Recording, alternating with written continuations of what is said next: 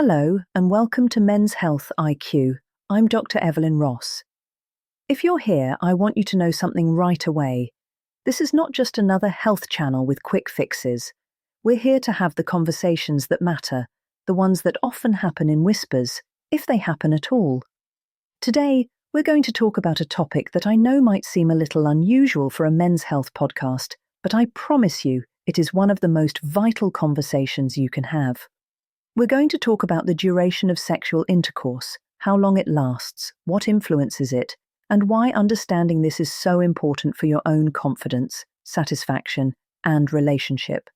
I want you to listen to this entire episode because we are going to move from simple data to the most crucial, life-changing steps you can take to use this knowledge in your own life. This isn't just a lecture. It's an invitation to shed anxiety and build trust. While you're listening, I'd love for you to ask a question. What's a question you've always had about intimacy, but have been afraid to ask? You can share it in the comments below. Have you ever wondered what the average length of intercourse actually is? You might think it's a number much higher than reality, but a study of 500 couples around the world tells us something a little different. In modern society, we spend a lot of time glorifying what sex should look like and how long it should last, putting a lot of value on this. But ultimately, this pressure can have a real and detrimental impact on our lives. What you hear about sex is not always accurate, particularly how long someone lasts in bed. A lot of this pressure stems from a desire to meet some perceived ideal. For so long, the ideal has been defined by what we see in movies or hear in locker room talk, often a number that is wildly out of touch with reality. This pressure can lead to performance anxiety, stress, and dissatisfaction. In fact, many men who come to me with these concerns are worried they are not normal, or that they are letting their partner down. It's a heavy burden to carry, and it can affect so many other areas of life, from your confidence in the bedroom to your overall mental health. But there's a solution, and it starts with understanding the science of your own body. But before we dive into the hard data, I want to talk about another pressure point that so many of us face, the slow, subtle toll that aging takes on our body. You might feel a little less energy, a few more aches and pains, and a general sense that your body isn't repairing itself as quickly as it used to. This is a real biological challenge. As we age, our body's natural renewal and repair processes slow down. This is tied directly to the number of stem cells circulating in our bloodstream, the body's master cells that help repair and maintain optimal health. It's a quiet problem that can lead to a less vibrant life. But what if there was a way to help your body's natural repair process? The solution is Stem Active, a premium stem cell supplement. Stem Active is designed to support your body's natural ability to renew and repair itself. This isn't just a shot of energy. It's about helping your body from the ground up.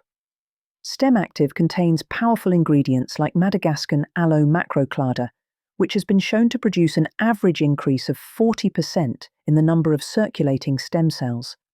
It also includes Tibetan sea buckthorn extract, which can increase circulating stem cells by 33%.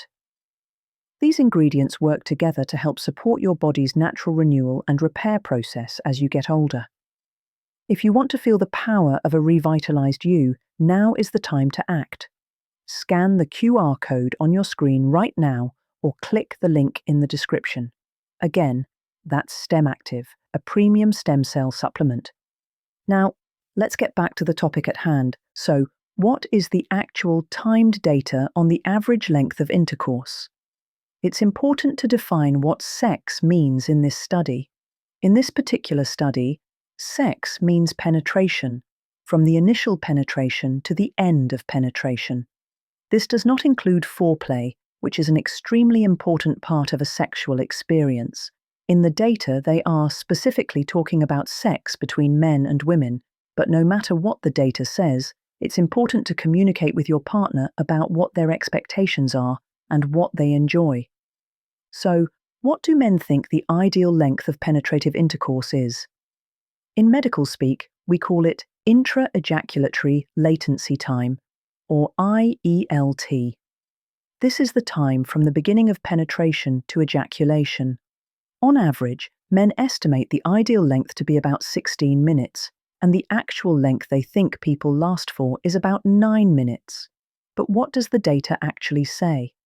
In the study of 500 couples from around the world, they were asked to use a stopwatch to time their IELT. They found that the average length was 5.7 minutes. That's it. It ranged anywhere from 0.1 minutes to about 55 minutes, so there is a wide range. And interestingly, it varied by location. Turkey had the lowest IELT of 4.4 minutes, and the UK had the longest, about 10 minutes. For some, this number might be a shock. For others, it might be a huge relief. The point is, the average is much lower than what men have been conditioned to believe. It shows us that what is portrayed in media and what is a normal, healthy experience are two very different things. The most important thing is that you and your partner are satisfied. If you are having difficulties with premature ejaculation or delayed ejaculation, it is important to see a urologist or a sex therapist. Now you might be asking, what about women? What do women want? Well, there is no good scientific study on this.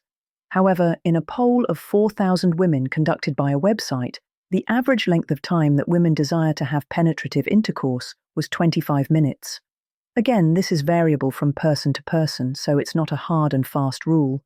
What's important is the communication, not the number. This gap between what men think is ideal and what women desire is a fascinating glimpse into the pressures we put on ourselves. It highlights the importance of open, honest communication. I want you to think about what this means for your own life and your own relationships. Do you feel pressure to perform for a certain amount of time? Does that pressure cause you anxiety? It's a question worth asking yourself. If you're willing to be vulnerable, I'd love for you to share your thoughts in the comments below. The idea of sexual duration as a measure of a man's virility is not a new one. Throughout history, various cultures have had different ideas of what constitutes a good sexual experience. In some ancient civilizations, sex was seen as a quick, procreative act, while in others, it was viewed as a spiritual and leisurely journey. Our modern Western culture has placed a huge emphasis on performance and duration, largely influenced by media and a lack of open, honest conversation. The internet, with its limitless but often misleading information, has only amplified this problem. In the 19th century, with the rise of Victorian-era morality, any form of sexual activity that wasn't for procreation was seen as a sin. The idea of sex as a pleasurable, intimate act took a back seat to a more sterile, duty-driven approach. This cultural shift has trickled down to us today, where we still carry some of the baggage of thinking about sex as a mechanical act rather than an intimate human connection. By understanding this, we can begin to free ourselves from these outdated and unhealthy expectations. I have worked with many patients who have struggled with this very issue. A patient I'll call David, a 45-year-old lawyer, came to me because he was experiencing a significant amount of anxiety about his performance in bed. He was so concerned about the time he lasted that he found it difficult to be present with his wife. We worked on reframing his definition of sex. It wasn't about a stopwatch, it was about connection, intimacy, and pleasure. By shifting his focus to his wife's satisfaction through foreplay and communication, he was able to shed that anxiety and feel a new sense of connection and joy with his wife. Another patient, a 30-year-old man I'll call Javier, felt a tremendous amount of pressure from his friend's bravado. He believed he was falling short. He was convinced that the number his friends bragged about was the norm, and his 6-minute average was a sign of a problem. When I shared the real data with him, he was shocked. It was an instant relief. This information gave him the courage to talk to his girlfriend honestly. It turned out she was more than happy with their sex life and had never once thought about the duration. The problem was entirely in his head. And then there's a patient I'll call Michael, a retired professor in his late 60s. He and his wife had been married for over 40 years, and he felt a growing sense of distance in their intimacy. He was so focused on achieving a certain level of performance that he was no longer enjoying sex. We discussed the importance of foreplay, of touch, that isn't just a means to an end. We talked about sensuality, not just sexuality. By shifting his focus from duration to pleasure and intimacy, he and his wife were able to reconnect in a profound way. It became a beautiful example of how sex can evolve and deepen over a lifetime. Let's address a few common myths that get in the way of a satisfying sex life. Myth 1. Sex is all about penetrative intercourse. Truth: this is a huge myth. As we've seen, the data on intercourse duration is just one small piece of the puzzle. Foreplay, kissing, touch, and oral sex are all integral parts of a fulfilling sexual experience. Myth 2. Performance is the most important part of sex. Truth: performance anxiety is a real thing and it can ruin an experience. When you focus on performance, you are in your head, not in your body. True intimacy is about being present and connected with your partner. Myth 3. Talking about sex with your partner is awkward. Truth: communication is the most powerful tool you have. It can be difficult to start, but talking openly about what you both enjoy, what your expectations are, and any concerns you have can lead to a deeper, more satisfying connection than any time performance ever could. So, how can you use this information to improve your own sexual well-being? It's about more than just knowledge. It's about practice.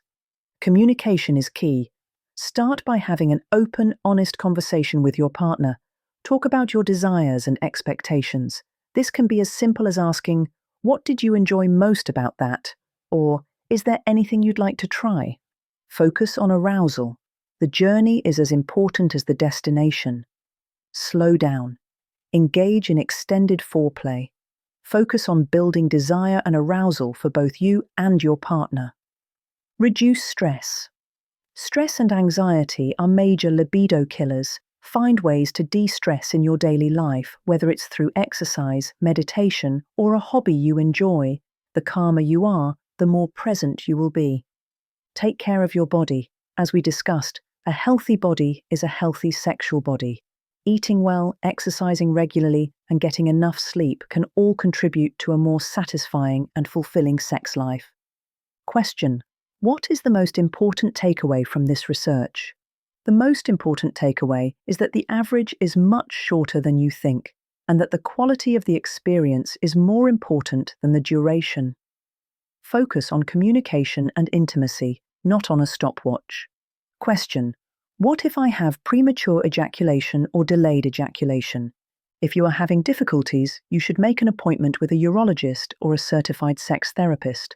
They can help you identify the root cause of the problem and find solutions that work for you. Question: does a healthy lifestyle really affect sexual performance? Yes, it does. A healthy body, a healthy mind, and a healthy lifestyle can all contribute to a more satisfying and fulfilling sex life. Your overall health is a strong predictor of your sexual health. Question: what is a sex therapist and how can they help? A sex therapist is a professional who helps individuals and couples address sexual concerns. They can help you with issues like performance anxiety, lack of desire, or communication problems. They can provide a safe and confidential space for you to discuss your concerns and find solutions. Question: why do men tend to have an inflated sense of what the average length of intercourse is? This is largely due to cultural influences, media portrayals, and a lack of open, evidence-based conversations. The gap between expectation and reality can cause unnecessary stress.